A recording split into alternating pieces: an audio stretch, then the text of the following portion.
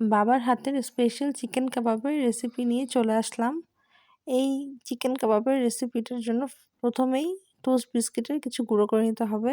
এরপরে চিকেন কিমাকে পানি ছড়িয়ে এর ভিতরে সবকিছু মিশাতে হবে। আদা বাটা, রসুন বাটা, পুদিনা পাতা কুচি করে দিতে হবে, পেঁয়াজ কুচি, তারপরে একটা ডিম দিয়ে দিতে হবে, লবণ পরিমাণ মতো, একটু চিনি, লেবুর রস, কর্নফ্লাওয়ার, সাদা গোলমরিচ বা কালো গোলমরিচের গুঁড়ো, এই সব কিছু ভালো মতো মিক্সড করতে হবে।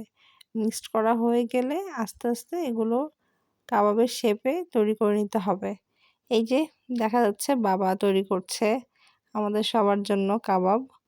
যেকোনো অকেশনে বাবা সবসময় আমাদের সবার জন্য এটা বাবার হাতে নিজেই তৈরি করে সবসময়। মাঝে মাঝে বাবা তার নাতনিদের জন্য তৈরি করে দেয় যেন ওরা টিফিনে নিয়ে যেতে পারে।